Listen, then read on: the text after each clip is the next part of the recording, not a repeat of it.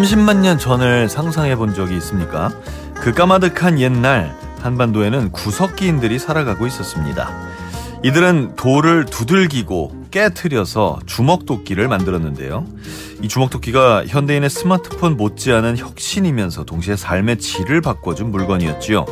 오늘 모실 분은 이 구석기 시대의 주먹도끼를 누구보다 사랑하고 또 널리 알리고 계신 분입니다.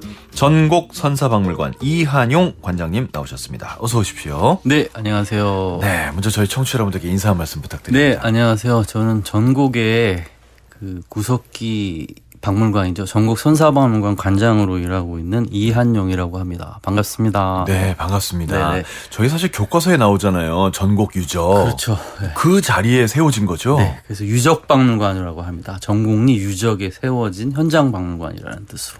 유적박물관이라고 이름을 딱히 하신 걸 보면 이렇게 유적 위에 세워진 박물관이 흔한 건 아닌가 봅니다. 그렇죠. 아무래도 중요한 유적, 그다음에 네. 박물관을 지을 만한 그 정도의 이제 중요한 유적에 세워지는 박물관들이니까 우리가 박물관의 하나의 분류 체계에서 유적 현장에 세워진 박물관을 유적박물관이다 이렇게 부르고 있습니다. 그렇군요. 혹시 이런 박물관이 또 세계적으로 유명한 뭐 다른 데가 또 있습니까? 구석기 박물관이라고 했을 때는 되게 한 5대 박물관 이렇게 꼽기도 하는데 당연히 저희 전국 선사박물관이 들어가고 무슨 일본의 이와주쿠 유적에 있는 박물관이라든지 독일의 팔레온 박물관이라든지 프랑스의 레제제에 있는 큰 국립 선사박물관이라든지 그런 박물관들이 이제 구석 유적 현장에 세워진 그런 중요한 박물관들입니다. 근데 사실 구석기는요, 그 유적이나 유물이나 이런 게 많지도 않고 또 봐도 그냥 이게 유적이라는데 이게 그냥 어디 길거리에서 주워온 돌멩인지 진짜 유적인지 잘 모르겠거든요. 우리 같은 비전문가 입장에서는요. 그래서 박물관에서 보면은 그냥 구석기는 그냥 쓱 지나가요. 여기 구석기네. 오케이. 여기 토기에 줄무늬가 신석기네. 오케이. 여기 그냥 쓱 지나가거든요. 근데 구석기 유적을 중심으로 다룬 박물관이지 않습니까? 이 전곡리 유적지는. 네네. 이 전곡 선사 박물관 또 전곡리 유적지 여기를 좀 소개를 해 주시죠. 네, 지금 지난님께서 말씀하신 것처럼 구석기라는 그 돌이고 저 돌이고 사실은 큰 감흥이 없지 않습니까? 네네네. 그래서 저희 전곡 선사박물관이 그 전곡리에 유명한 주먹도끼가 나온 박물관 유적이기 때문에 이곳에 지금 말씀하신 그 고민들, 그 돌이고 저 돌인 이 구석기를 통해서 그야말로 우리 인간의 그런 그 원초적인 어떠한 그 생존의 의지랄까? 그런 것까지 한번 생각해 볼 수 있는 그런 박물관으로서 저희가 2011년도에 그러니까 내년이 15주년 벌써 되는데요. 경기도에서 경기도립박물관으로 세운 박물관이 저희 전곡 선사박물관입니다.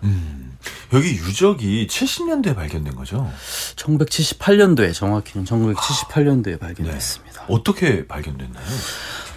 이게 사실은 엄청 재밌는 스토리인데요. 그 동두천에 있는 미군 부대에 그렉 보웬이라고 하는 미군 병사가 있었습니다. 병사요? 네. 미군 기상대에 근무하던 미군 병사인데 이분이 사실은 미국에서 고고학을 전공했었고 대학에서 사실은 한국 근무를 마치고 미국에 가서도 고고학 관련 이제 업무를 하셨던 분인데 이분이 78년도에 그 한탄강 쪽에 한탄 강변에 아마 나중에 결혼하셨는데 상미 보웬이라고 한국인 여자친구라고 통칭 그렇게 말씀들을 하시는데 네, 결혼해서 미국에서 이제 아이들도 낳고 이제 아주 훌륭한 그런 가정을 이뤘죠. 어찌됐든 간에 이제 한탄 강변에 놀러 와서 이제 평소에 고고학에 대한 관심을 이 양반이 가지고 있었어요. 그래서 뭔가 그런 일종의 본격적인 조사는 아니지만은 그쪽을 다닐 때마다 무슨 고고학 유물이 있을까 이런 생각을 하면서 아마 둘러보고 기록들을 이렇게 일기같이 비망록을 적어놨었거든요. 어느 날 우연히 발견된 게 아니군요. 실제로는 우연이라고 많이 알려져 있는데 사실은 이 양반이 쓴 비망록을 제가 쭉 읽어보니까 이 양반은 토기에 관심이 있었어요. 사실은. 토기? 네네. 그래서 뭔가 나름대로의 계획을 세우고서 이제 병사의 신분이니까 휴가라든지 이런 주말 이용해서 나름대로 꾸준히 한탄강변을 조사하던 와중에 사실 조사라는 단어가 사실은 딱 정확한 건 아닙니다만 그래서 아주 결코 우연은 아니고 나름대로 관심을 가지고 고고학적인 지식을 가지고 뭔가 범상치 않은 돌을 발견했는데 네. 그 돌이 바로 그 유명한 전공리의 주먹도끼였었고 이것을 뭐 여러 학자들 뭐 프랑스에도 편지도 보내고 한국의 뭐 김원령 교수님 이런 분들이랑 연락을 해가지고 결국은 이게 좀 이따도 또 설명을 드리겠지만 우리나라에서는 사실 아시아에서는 없었다고 나와서는 안 될 그 주먹도끼를 사실은 그 미군 병사가 우연히 발견하게 된 것이죠. 이 학문의 어떤 계열상으로 이렇게 생긴 주먹도끼는 우리나라 형태가 아닌 거군요. 그렇죠. 그게 굉장히 뭐 중요한 얘기죠. 아슐리안 주먹도끼라고 분류를 하는데 네네네. 사실은 이 아슐리안 주먹도끼가 사실 주먹도끼가 구석기 시대의 최고의 하이테크. 사실은 주먹도끼만 가지고도 드릴 말씀이 너무 많아서 짧게 말씀드리면 주먹도끼를 만들려면 굉장히 특수한 그리고 다른 생각, 다른 기술이 기존에 왔던 그런 석기 만드는 것보다 그래서 주로 서양의 학자들이 구석기를 연구하다 보니까 이와 같은 아슐리안 주먹도끼라고 하는 특정한 이름을 붙인 주먹도끼는 인도를 기준으로 해서 서양에만 있었다. 인도 포함 서쪽에만. 그렇죠. 동쪽에, 서양 쪽에. 네. 그래서 동양에는 좀 미안하지만 너네들은 이 정도의 하이테크는 없다? 맞습니다. 그래서 이게 논문에다 콱 그렇게 쓰지는 않았지만 우리가 왜 의문의 일패라고 그러잖아요. 예. 뭔가 너네들은 막 구석기 시대부터 좀 뭔가 좀 서양에 비해서 부족하다. 굉장히 너무 우리가 좀 지금은 완전히 다 폐기된 학설입니다만은 폐기될 수밖에 없겠네요. 우월주의라든지 뭐 자문화 중심주의라든지 그런 것들을 고고학적인 물적 증거로서 동아시아에서 최초로 학문의 역사에서 발견된 유적이 전곡리 유적이니까 그야말로 세계사적인 가치를 가지고 있고 전곡에서 그렉보엔 미군 병사가 우연히 발견한 그 주먹도끼를 통해서 야 아닌데 이게 금을 긋는다는 게 이게 굉장히 위험한 건데 구석기 시대에 다르게 생각해보자. 그런 새로운 연구의 흐름이 생겼다. 그래서 세계 구석기 연구의 흐름을 바꿔놓은 굉장히 중요한 정말 우리나라를 가장 대표하는 고고학 유적이 전곡 유적이라고 저는 뭐 생각하고 주장하고 있고 엄청난 네네네 거군요. 그곳에서 이제 주먹도끼가 1978년도에 처음 발견된 것이죠. 그럼 이제 그렉보엔이라는 분이 쓰신 비망록을 보셨다고 했는데 네네네. 이 동네를 이제 샅샅이 찾기 위해서 뭐 예를 들어 비망록에 뭐 4월 24일 오늘은 어디를 봤다. 4월 그렇죠. 25일 오늘은 어디를 봤다. 이렇게 그런 나옵니까? 식으로 정리가 되어 있어요. 아 정말요? 네네, 그럼 진짜 이분은 식으로. 어느 정도 계획을 하고 찾았네요. 그래서 사실은 이제 고고학 유적에서 그 발견한 굉장히 우연한 발견들이 많잖아요. 어떤 소년이 발견했다거나 어떤 농부가 발견했다거나 뭐 그런 이제 기록들이 사실은 큰 발견에 예를 들어서 뭐 라스코 동물벽화 같은 것도 동네 뭐 꼬마들이 뭐 놀러 갔다 발견했다. 뭐 그 정도 기록이 남아 있는데 전곡 유적 같은 경우에는 특이하게 그런 기록이 좀 나름대로 잘 정리돼 있고 그래서 우리가 어떤 그렉보엔이라고 하는 병사가 어떠의 전곡 유적의 뭐 연구사, 발굴사에 항상 이름이 등장하는 이유가 또 본인이 그런 또 나름대로의 계획을 가지고 노력을 했다. 그런 것도 충분히 뭐 감안한 것이라고 볼 수 있습니다. 네네. 그렇군요. 자, 오늘 이제 구석기, 이 주먹도끼가 굉장한 하이테크의 어떤 제품이다라는 말을 해주고 계시는데 이 얘기는 이제 정말 좀 자세하게 한번 해보겠습니다. 이 아슐리안 주먹도끼가 뭐가 어떻게 다른 건가요? 어떻게 해서 이게 그렇게 하이테크인가요? 아니 처음에 석기를 만든 게 거의 지금 한 300만 년 정도 뭐 된 것 같아요. 300만 년 막 까마득한 시절이죠. 그때 돌을 탁 깨서 이제 석기를 처음에 만들게 됐던 사연의 얘기도 사실은 굉장히 뭐 긴데 주먹도끼에 집중해서 말씀드리면 주먹도끼를 만들기 위해서는 사실은 돌이 있어야 되잖아요. 돌은 주먹도끼가 아니잖아요. 네. 근데 160만 년 전에 처음 주먹도끼를 만들기 시작했는데 그때를 우리보다 머리통도 뭐 훨씬 작고 체격도 작은 호모 에렉투스를 이제 연상하시고요. 그 주먹도끼를 만들기 위해서는 사실은 주먹도끼는 돌 안에 들어 있잖아요. 뭐 깨야 나오는 거죠. 그렇죠. 네. 그 돌 안에 주먹도끼가 들어 있고 그 주먹도끼의 설계도 주먹도끼의 이 돌은 원석이잖아요. 네. 원석을 어떤 식으로 차례대로 두드러 깨서 최종 형태의 내가 원하는 주먹도끼를 만들 것인가? 이것을 이미 160만 년 전, 170만 년 전에 호모 에렉투스가 머릿속에 설계도 형태로 가지고 있었다. 그래서 주먹도끼를 만들 수 있었던 능력은 뭔가를 그 계획하고 예측하고 또 순서대로 그것을 깨고, 그래서 뭔가 뭐 당연히 뭐 눈이라든지 손이라든지 해부학적인 그런 뭐 특징도 굉장히 중요합니다만은 뭔가 인류의 진화에서 뭔가 정신적으로 지능적으로 뭔가 한 단계 완전히 기존에 돌 한두 번 툭툭 두드려서 깨서 만들던 석기도 사실은 굉장히 중요합니다만 그런 석기들에 비해서 수십 번의 그런 제작 공정 자체를 이미 머릿속에 완벽하게 가지고 있어야지만이 만들 수 있었던 석기다. 그래서 뭔가 기술적으로 완전히 이전에 그런 한쪽 면만 두드러 깨던 석기들이랑은 좀 차원이 다르다. 그래서 그것이 처음 나온 동네 이름을 따서 아슐리안 주먹도끼라고 그렇게 이름을 붙이는 것입니다. 지금 이제 사실 어마어마한 얘기를 해주셨는데 이게 제가 가지고 있는 일반적인 그 구석기, 뗀석기의 어떤 유물과는 이미지가 달라요. 그러니까 저는 어떻게 저뿐만이 아니라 다른 분들도 그렇겠습니다. 어떻게 생각하냐면 그냥 돌 다 집어 던져서 다 깨지면 깨진 것들 중에 내가 쓰기 좋은 모양을 골라내는 이렇게 생각하고 있었거든요.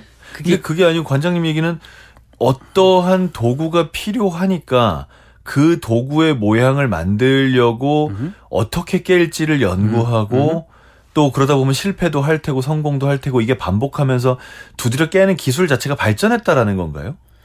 그렇죠. 지금 진행자님이 처음 말씀하신 돌을 던져서 깨지죠. 예. 그게 처음에 석기라고 하는 날을 예. 그동안 먹을 수 없었던 짐승에 가지고 찢고 사자의 이빨과 호랑이의 발톱을 대신할 그 석기를 처음에 돌을 던져서 깨서 뭐 만들었겠죠.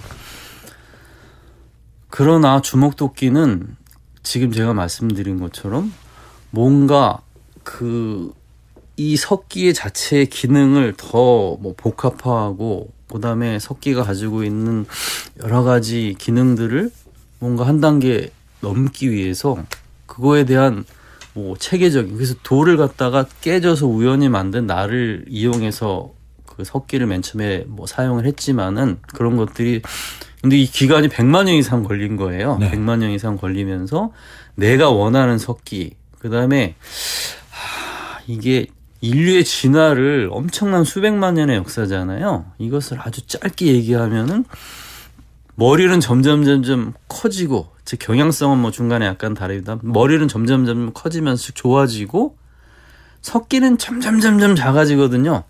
우리 스마트폰 점점 작아지면서 기능이 압축되듯이. 석기가 작아집니까? 그렇죠. 그러한 이제 그런 어떠한 기술적인 진화 진보의 첫 걸음에 있는 게 바로 주먹도끼를 깨서 만들 수 있었던 그 능력부터 시작되는 거니까, 주먹도끼를 만들려면 한쪽 면만 깨서 못 만들잖아요. 양쪽 면을 깨면서. 그래서 점점 작은 석기를 만들기 위해서는 양쪽을 번갈아 가면서 깨면서 기술이 점점 고도화되는 것들이니까, 지금 소위 말하는 우리 인간의 인류의 기술의 진보의 그 첫 걸음에 주먹도끼를 만들 수 있었던 그런 고인류의 엄청난 그런 뭐 퀀텀 점프에 가까운 그런 뭐 지능의 진보가 있었고, 제가 지금 말씀드렸잖아요. 주먹도끼를 만들려면 설계도 형태로 최종 형태를 예측해야 된다 그랬잖아요. 그래서 인류의 진화가 결국은 아프리카를 벗어나서 전 세계로 퍼져가는 과정인데, 저 산 너머에 뭐가 있을까? 저 산 너머 가려면 내가 어떻게, 그렇죠, 뭔가 계획하고 예측하는 능력이 바로 이 주먹도끼랑 연결돼 있는 것들이니까 뭐 사실은 뭐 점점 주먹도끼 아마 매력에 빠지지 않을까 생각이 듭니다. 지금 얘기만 들어도 점점 매력적인 게, 그러니까 이 나온 유물들이 몇 년도쯤에 만들어진 건지는 우리가 연대 측정을 통해서 대충 알 수 있지 않습니까? 그렇죠. 네네. 그 연대 측정을 해본 결과 정말 초기형 구석기 유물은 진짜 집어던져서 깨진 거에 가깝고, 그래서 덩치가 크고. 그렇죠. 근데 그거를 점점 더 우리 인간이 호모 에렉투스가 쓰기 좋게 발전하고 변화해가는 과정에서 그냥 한 방 던져서 깬 게 아니라 원하는 모양을 내기 위해서 여러 번 깨는 그렇죠. 것들이 나온다는 얘기인 그렇죠. 거네요. 그렇죠. 그러다 보니 더 핸디해지는, 더 손에 그렇죠. 쏙 들어오는 네. 작은 도구들이 생기는 그렇죠. 거고. 이야, 이건 처음 들어본 얘기인데요. 그럼 사실은 주먹도끼가 뭐 지금 뭐 진행자님이랑 저랑 나가서 강에서 돌을 주워서 깬다 그러면 아마 진행자님은 만드시는 못할 거예요. 160만 년에 호모 에렉투스 만들었지만 네. 사실 그래서 주먹도끼 만들기가 어렵습니다. 실제로는. 어. 근데 또 실제로는 굉장히 쉬워요. 왜 쉽냐면은 저한테 5분만 배우면 됩니다. 아. 여기에 주먹도끼가 우리 인류 진화의 핵심적인 내용이 있다고 저는 생각하는데 어떠한 기술, 어떠한 그다음에 지혜, 지식 이런 것들을 전달해주고 전달받고 그 정보의 교환이라고 할 수 있겠죠. 그 사실은 뭐 지금 우리가 항상 지금 휴대폰, 스마트폰을 손에 쥐고 있듯이 이 주먹도끼를 만들려면 야 돌을 이렇게 깨 이렇게 잡어 정보의 집합체.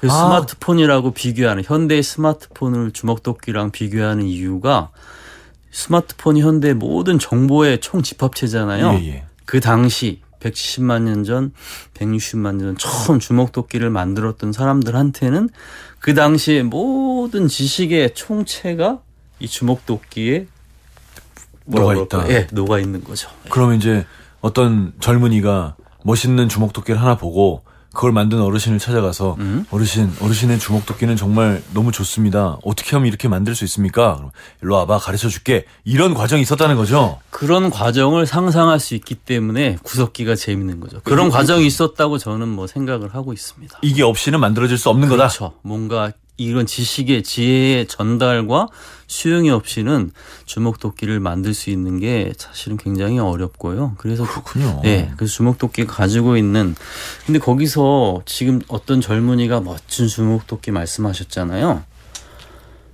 또 그런 매력이 있는 거예요. 주먹도끼를 도구만으로 쓴다 그러면 굳이 그렇게 칼 나를 용도로만 쓴다 그러면은 돌 깨서 그렇죠. 그냥 날 쓰면 되는데 사실은 왜 굳이 그거를 수십 번 두드려 깨가면서 지금 보면은 마치 좌우대칭의 물방울 다이아몬드 같은 모양으로 만든 멋진 주먹도끼들이 있잖아요. 그래서 어떤 분들이 저한테 질문합니다. 왜 그런 수고를 했냐. 저렇게까지. 저는 반대로 그래서 우리가 인간이 오늘날 우리 인간이 됐다. 그런 행동을 하는 거예요. 우리 인간들은 내가 쓰는 도구를 필요성에 의하지 않고 뭔가 우리가 명품 그러면 기능과 디자인이 완벽한 게 조화된 게 명품이잖아요. 그 시도, 그게 그 사람들이 정말로 예술적인 감각을 가지고 만들었다는 그런 생각과는 별개로 이미 그러한 시도들이 수백만 년, 수십만 년 전에 구석기 사람들의 어떠한 정신에 녹아 있었다. 그래서 어떤 학자들은 이미 주먹도끼가 과학기술로서의 어떠한 아주 그 뭐 원류 그런 느낌도 있지만은 뭔가 소위 말하는 예술적 사고의 맹아가 이때부터 이미 DNA에 표출되지 않아요. 그래서 멋진 주먹도끼를 만든 뭐 사람, 만든 남자. 그래서 뭐 뭔가 이렇게 각광받지 않았을까 그런 생각이 들고요. 그러니까 그걸 아무렇지도 않게 여기는 사람도 있지만 멋있는 걸 만드는 거를 존경하는 사람들도 있으니까요. 그렇죠. 그리고 수십 센치, 막 50cm 넘는 주먹도끼도 있습니다. 이런 것들은 기능과 상관없이 우리가 위세품이라 그러잖아요. 뭐 경주 뭐 그런 그 황금보검, 신라 왕의 황금보검 같이 나야. 이것이 나야 이런 사람이야. 뭐 그런 것들을까지 포함해서 그러니까 주먹도끼의 어떤 도구로서의 의미, 상징으로서의 의미, 그다음에 뭐 여러 가지 정보의 의미. 그래서 굉장히 주먹도끼 하나에 아까 처음에 말씀하신 것처럼 그 돌이 그 돌이고 저 돌이 알아? 아, 이 돌은 이 다른 돌이구나 하는 그런 것들을 사실은 뭐 저희 정부 선사박물관에서 전달해 드리려고 참 노력은 많이 하고 있습니다. 저희가 얼마 전에 라디오를 이 프로그램에서 굳이라는 말을 했어요. 그러니까 굳이. 네네. 사람이 굳이 뭘 하는 게 있다. 사람에 따라 다르지만. 그러니까 안 해도 되는데 굳이 하는 그 어떤 것들이 나를 규정한다. 이런 얘기를 했었거든요. 그 돌이 그런 거네요. 도구로서의 가치는 충분한데 거기서 그치는 게 아니라 굳이 더 예쁘게 만들어내는 모습들. 지금 그 진행자님 멘트를 제가 외워가지고 좀 써먹어야 될 것 같은데 이거 왜 제가 드린 겁니다. 진짜 너무 이거 왜 굳이 이렇게 노력을 들여서 힘들게 사실 두드려 깨려면은 지금 우리가 손을 다치잖아요. 다칠 수 그러면은 있죠. 그 당시 때는 뭐 약도 어떻게 보면 내 목숨을 건 도전일 수도 있어요. 잘못하면 죽는 거죠. 네. 상처나는 그래서 거. 최근에 그런 연구 논문들이 나온 게 있는데 이 석기를 만든다는 행위 자체가 엄청나게 단단한 돌을 두드려 깨면서 상처를 입었을 때 뭐 사실은 어떤 감염의 위험도 있고 그래서 우리가 생각하는 것보다 훨씬 그 어려운 도전이었다 이렇게 사실은 볼 수도 있고 그것을 또 굳이 그렇게 그 두드려 깨가면서 사실은 완벽한 그 잘 세팅된 물방울 다이아몬드 같은 그런 모형으로 만들어지거든요. 완벽한 좌우 대칭. 그런 게 있습니까? 그 주먹도끼가 그렇게 생겼습니다. 쑥 지나간 것 같은데. 근데 이 좌우 대칭이 또 재밌는 게 살아 움직이는 것들, 뭔가 좀 고등 동물이라고 하는 것들은 다 완벽하게 좌우 대칭이에요. 사람. 그렇죠. 네. 그 좌우 대칭이어만이 뭔가 방향성도 틀고 뭔가 다른 의미가 있는 거거든요. 그래서 일단 뭐 대부분의 말미잘이나 뭐 이런 좀 하드로 갈수록 좌우 대칭이 아니잖아요. 네네. 그래서 뭔가 그건 좀 오바해서 생각할 수도 있는 거라고 생각하시지만 그 주먹도끼가 가진 좌우 대칭의 형태를 굳이 만드는 그런 것들이 뭔가 우리가 뭐 학문적으로 완벽하게 밝혀낼 수는 없겠지만 뭔가 그런 것들이 다 작용돼서 굳이 이렇게 만들지 않았을까 그런 생각도 좀 해보면 재밌잖아요. 재밌어요. 재밌어요. 지금 재밌습니다. 지금 우리 청취자 여러분들도 아주 신나게 이거 듣고 계실 것 같은데 어떤 구석기 유적, 어떤 주먹도끼가 구석기 시대 사람들에게 멋있어 보였을지를 조금 더 상상해 보시면서 여기서 잠깐 음악 듣고 계속해서 얘기 이어가겠습니다. 자, 봄이 와도 로이킴의 노래입니다.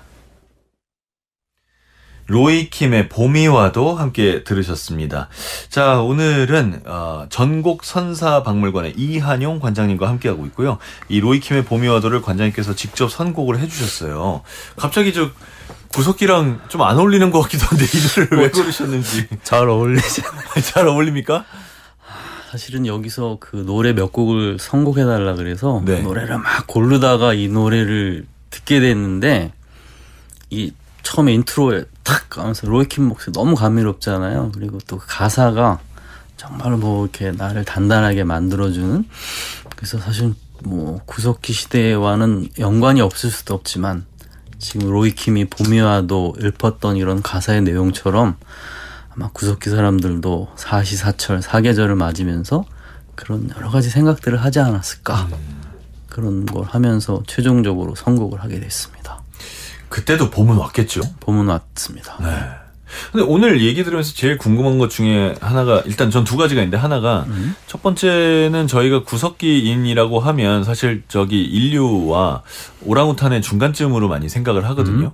근데 지금 관장님이 구석기인들을 대하는 말씀이나 혹은 돌을 만드는 과정에서의 정보 전달이 있었을 것이다 이 등등의 얘기들을 보면 그것보다는 훨씬 더 지성체에 가깝지 않았을까 싶은 생각이 들어요. 그렇죠. 인류라고 하는 건 처음 두 발로 걷게 된 때부터 우리가 인류라고 하니까 네. 지금 말씀하신 침팬지랑 오랑우탄은 어떤 시점에서 완전히 갈라져 나온 그래서 뭐 중간이 고인류는 사실은 완전히 다른 진화의 길을 걷게 됐는데 이게 사실은 두 발로 걷는다는 거 자체 두 발로 걸으면서 이 두 손이 생기잖아요. 이 두 손이 생기면서 사실은 도구를 만들고 하니까 이제 구석기 사람들이 이 어떤 특정인이 맨 처음에 석기를 처음 만들었다는 거를 사실 상정할 수는 없겠지만 한번 그 상상을 해보면 누가 어떤 사람이 처음 석기를 만들었어요. 이 돌을 내 눈앞에 두고서 야 엄청난 좋은 돌도 골라야 되고 이 돌을 내가 깨서 뭔가 새로운 물건을 만들어야 되겠다. 그러니까 구석기 사람들이 점점 그런 여러 가지 자연과 교감하면서 뭐 여러 가지 그런 도구도 만들고 생활했는데 사실은 뭐 구석기 그리고 뭐 원시인 또 무슨 미개인 야만인 이런 이미지 때문에 구석기 사람들을 보면은 그냥 좀 뭐 바보 짓을 한다거나 희화하는 그런 것들이 사실은 저는 좀 맞지 않다 그런 생각을 하고 오히려 이제 한 4만 년 이후에 후기 구석기 시대를 가면은 동굴벽화도 그리죠. 이런 구석기 미너스 장식품도 만들죠. 더 많은 생각들도 하게 되니까 아마 구석기 시대를 뭐 바라보실 때 좀 뭐라 그럴까 미개인 야만인 그런 뭐 개념보다는 뭔가 우리가 쓰는 도구와의 재료만 달랐지 뭔가 훨씬 더 자연과 교감하면서 더 많은 영성을 느끼면서 살았던 우리의 참 뭐라 그럴까 조상이다 이런 생각을 하게 되면은 박물관에서 석기임을 바라보실 때 좀 다른 생각들이 들지 않을까 그런 생각을 합니다. 네. 그렇군요. 네. 또 하나의 질문은요. 박물관에 가서 이제 구석기 유물이라고 쫙 전시되어 있는 걸 보고 있으면 저거 어제 저 강변에서 봤던 것 같은데 뭐가 다른 거야 도대체 이런 생각 솔직히 들거든요. 죄송합니다 제가 무식해서. 근데 진짜 이게 뭔 차이가 있는지 솔직히 잘 모르겠어요. 사실은 그게 돌을 저랑 같이 저희 박물관에 오셔가지고 돌 한번 탁 깨보면 바로 알 수가 있는데 그래요? 그렇죠. 사람이 의도를 가지고 깬 돌은 자연적으로 갈라진 돌들이랑은 그 남겨진 그 흔적이 다릅니다. 흔적을 찾는 거예요. 그러니까 영어로는 스트라이킹 포인트, 한국말로 때린면이라고 하는데 돌을 때리잖아요. 네. 최초로 때렸을 때 돌은 돌에 자기 붙어 있으려고 그러고 그래서 몸돌이라고 우리가 뭐 박편, 격지 뭐 이렇게 얘기하는데 그러니까 몸돌이 남아있는 거, 그렇죠. 박편이 떨어져 나가는 거. 격지, 박편 떨어져 나온 돌, 이 떨어져 나온 돌에 그리고 남아있는 돌에 사람의 인위적인 힘을 가해서 때린 흔적 어떤 거는 잘 남아있고 어떤 건 미세하지만 그 흔적을 잘 찾는 그게 이제 고고학자들이 구석기학자들이 하는 일이고 이게 그러면 그 주먹도끼에만 남아있는 게 아니라 그렇죠. 그걸 만들려고 때려서 떨어져 나간 그러니까 어떻게 보면 쓰레기 네네. 거기도 남아있는 그렇죠. 거네요. 네. 그래서 그게 이제 석기가 되는 거죠. 사람이 만든 유물, 석기. 그래서 이게 쓸모가 있건 없건 떠나서 돌을 두드러 깼을 때 흔적, 그 흔적을 찾는 게 사실은 굉장히 중요한 훈련이고 어떤 것들은 주먹도끼라든지 뭐 후기구석 시대의 뭐 멋있는 석기들은 누가 봐도 석기라고 알 수 있지만 이렇게 돌이 처음에 투박하게 떨어져 나온 돌은 사실은 판에서 그냥 굴러다니는 돌인지 아닌지 그것은 좀 어느 전문적인 훈련이 사실은 필요하긴 합니다. 제가 못 보는 게 뭐 그렇게 이상한 건 아닌 거죠? 네, 전혀 뭐 이상한 건 아니고요. 이런 질문 많이 합니까? 박물관 가서도? 그렇죠. 이 돌이 석기예요, 진짜예요. 뭐 그래서 박물관에 오시면 제일 궁금한 게 결국은 이거 진짜예요. 이거 석기예요. 그러니까 석기에서 그냥 몇 개 주워다 놓을 거. 석기를 딱 만들어서 돼지 삼겹살 한번 착 썰어보고 불을 피워서 딱 구워서 한번 드셔보시면 야, 구석기라는 게 참 이런 것이구나. 단박에 사실을 알 수 있는데 언제 기회가 되면 아니 오시면. 석기를 만들어서 그렇죠. 그걸로 돼지 삼겹살이 썰어집니까? 잘 썰어지죠, 아주 뭐. 잘 썰어진다고요? 네, 다들 그래서 깜짝 야, 석기가 이래서 사실은 석기를 만든 이유가 뭐 그동안 먹을 필요가 없었던 동물성 단백질을 먹기 위해서 석기를 만든 건데 칼이죠, 칼. 네. 날을 만든 거거든요. 그러니까는 뭐 한번 오셔서 석기를 한번 만들어서 썰어 보시면은 뭐 단박에 알 수 있을 것 같아요. 그 석기를 그렇게 만드는 그런 클래스도 있습니까? 저희 박물관에서 이제 체험학습으로 그런 것들도 하고, 사실은 이제 5월 2일서부터. 재밌겠는데? 예, 5월 2일서부터 저희가 뭐 지금 32회째, 93년에 처음 했으니까, 전국 구석기 축제. 거기에서 오시면, 지금 제가 말씀드렸던 이게 그 돌이야, 저 돌이야부터 시작해가지고, 네. 실제로, 석기가 이렇구나. 구석기 사람들이, 이런 지혜와 어떠한 능력을 가지고서 자연과 적응하면서 살았구나. 이런 것들을 사실은 저희 박물관이랑 전국립 구석기 유적에서 진행하는 그런 구석기 축제에서 실컷 재밌게 아주 많은 경험을 하실 수가 사실은 있습니다. 이 얘기 좀 이따 좀 더 자세히 하고요. 네. 지금 일단 여쭤보고 싶은 건 저같이 아무 지식이 없는 이 구석기에 대해서 무지한 사람들을 위해서 이 구석기 시대를 소개하는 책을 쓰셨어요. 제목이 왜 호모사피엔스만 살아남았을까? 궁금해요. 왜냐하면 아까 말씀하신 대로 오랑우탄하고 인류가 다른 방향으로 발전했다고 하셨잖아요. 오랑우탄도 두 발로 걸었는데 걔들도 손 있는데 걔들도 그러면 머리 썼을 텐데 심지어 힘은 걔네가 더 센데 그쵸. 왜 걔네는 인류같이 되지 못했지?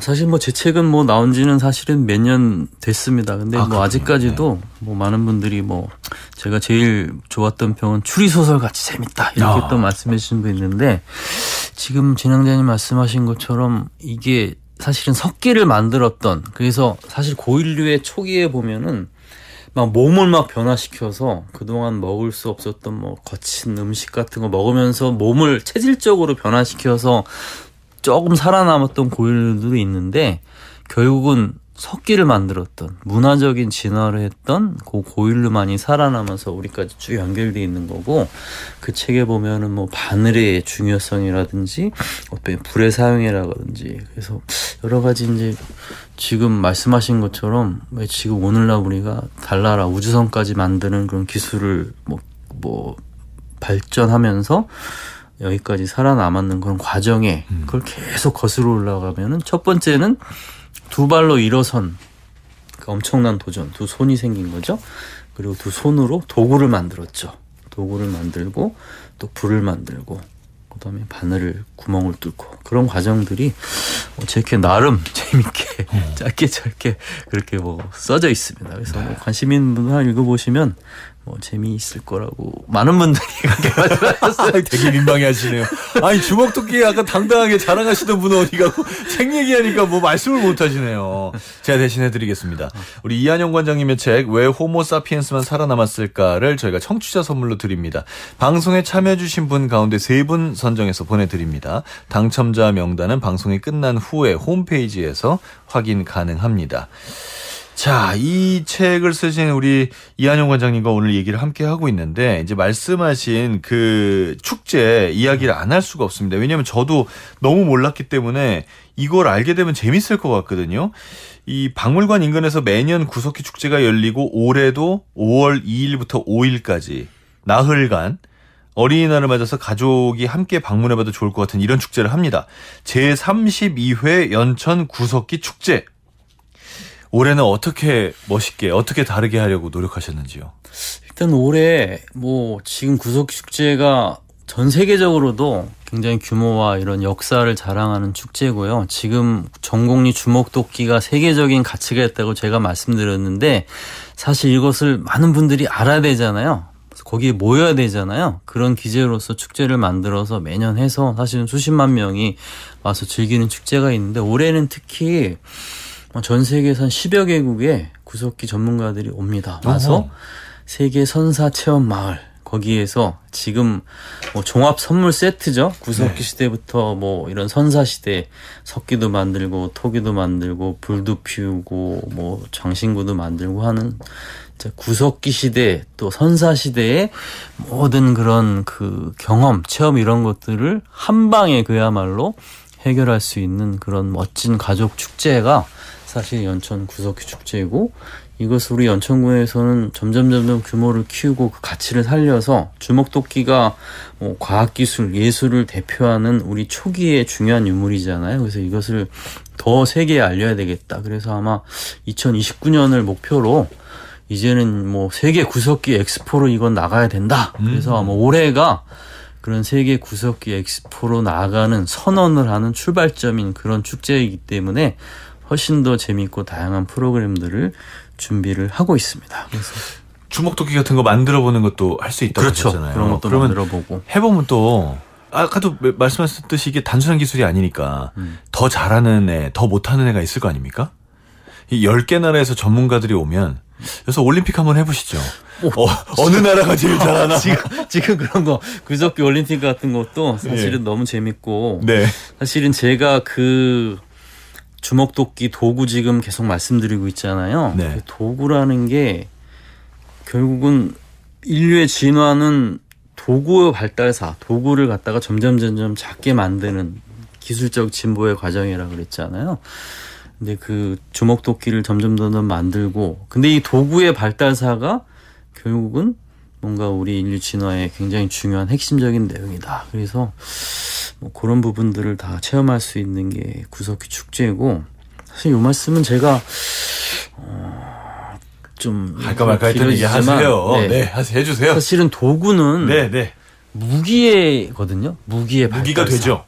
그래서 이 도구를 만드는 과정을 잘 살펴보면은 나는 점점 안전하고 상대방한테는 강력한 위협을 주는 무기를 발달합니다. 주먹도끼는 근접전이잖아요. 근데 나는 더 안전하기 위해서 창을 만들죠. 찌르죠. 그 다음에는 활을 쏘잖아요. 멀리서. 그리고 총 쏘죠.